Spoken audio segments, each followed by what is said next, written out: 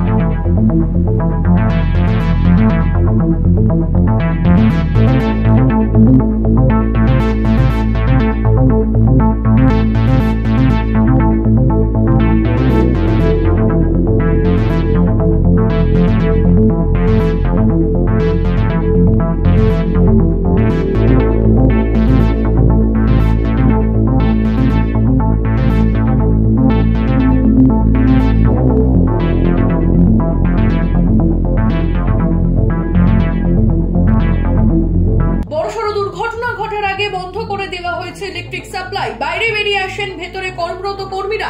খবর পেয়ে ঘটনাস্থলে ছুটে আসে দমকলের দুটি ইঞ্জিন। এক প্রকার যুদ্ধকালীন পরিস্থিতিতে আগুন নিয়ন্ত্রণে আনেন দমকলের আধিকারিকেরা।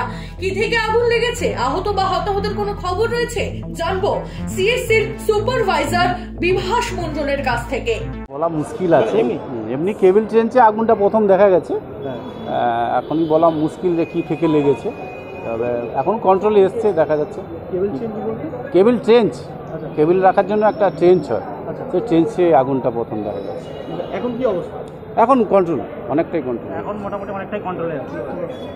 পাওয়ার সাপ্লাই কি গোটা এলাকায় এখন বন্ধ। এই কতক্ষণে হবে বলা মুশকিল, আগে এটা দেখতে হবে কি হয়েছে, তারপরে। কোন এরিয়ার পাওয়ার সাপ্লাই হয়? এই পুরো কদমতলার আশেপাশে পুরোটা।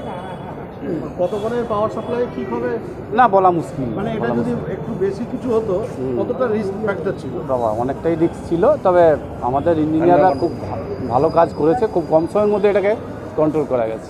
খবর পেয়ে ঘটনাস্থলে গিয়ে পৌঁছায় ব্যাটরা থানার বিশাল পুলিশ বাহিনী। তবে পেট্রোল পাম্পের পাশে সিএসসির ইলেকট্রিক পাওয়ার অফিসে আগুন লাগার ঘটনায় যথেষ্টই আতঙ্ক ছড়িয়ে পড়ে স্থানীয় বাসিন্দাদের মধ্যেও। শুনবো এক প্রত্যক্ষদর্শীর বক্তব্য।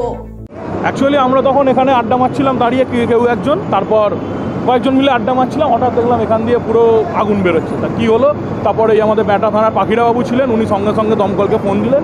পুরো একদম গোটা উড়ে যেত, আর একটু মানে যদি ঠিক সময় দমকল এসে না পৌঁছতো পুরো 12টা বেজে যেত। পাশেই তো পেট্রোল পাম্প। হ্যাঁ, ওইটার জন্যই মানে মেন সবাই আরও টেনশানে ছিল। যাই হোক, এখন মোটামুটি একটা নিয়ন্ত্রণে আনা গেছে। গোটা এলাকা তো পুরো কারেন্ট অফ, পুরো কতদিনে আসবে এটা কোনো জানানো যাচ্ছে না। এখন কি অবস্থার মধ্যে ছিল যখন দেখেছেন আপনারা? পুরো কালো ধোঁয়া, মানে লোক দাঁড়াতে পারেনি, মানে নাকটা জ্বালা করছিল, এত ধোঁয়া। কি হয়েছিল জানা গেছে না, এখনো পর্যন্ত জানানো যায়নি, মানে শর্ট সার্কিটই হয়েছে। পুরো টোটাল লাইন ভিতরে চলে একদম ছাড়খাড় হয়ে গেছে।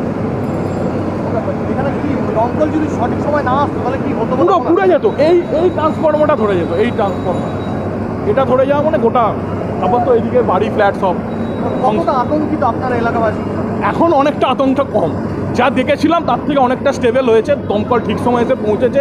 ব্যাটরা থানার বড়বাবু মানে যথেষ্ট, পাখিরাবাবু মানে যথেষ্ট হেল্প করেছে সাধারণ মানুষের জন্য, উনি যথেষ্ট করেছেন ওনারা। সময় না পৌঁছাতো তাহলে কত বড় ঘটনা হতো? অনেক বড় ঘটনা ঘটে যেত, মানে অনুমান করা যাচ্ছে না, অনুমান করা যেত না, এতটাই বড় ঘটনা ঘটতো। বর্তমানে গোটা এলাকা বিদ্যুৎ বিচ্ছিন্ন করে রাখা হয়েছে। কতক্ষণে বা কত দিনে বিদ্যুৎ পরিষেবা স্বাভাবিক হবে আপাতত তা সকলের অজানা। হাওড়া থেকে রাজু ঝার রিপোর্ট, 7 অ্যাওয়েক নিউজ। জয় হিন্দ। পঞ্চায়েত প্রধানের বিরুদ্ধে জমি দখলের অভিযোগ। এই খবরের বিস্তারিত জানতে অবশ্যই লাইক করে সাবস্ক্রাইব করুন 7 awake news. Bell button press করতে ভুলবেন না। জয় হিন্দ।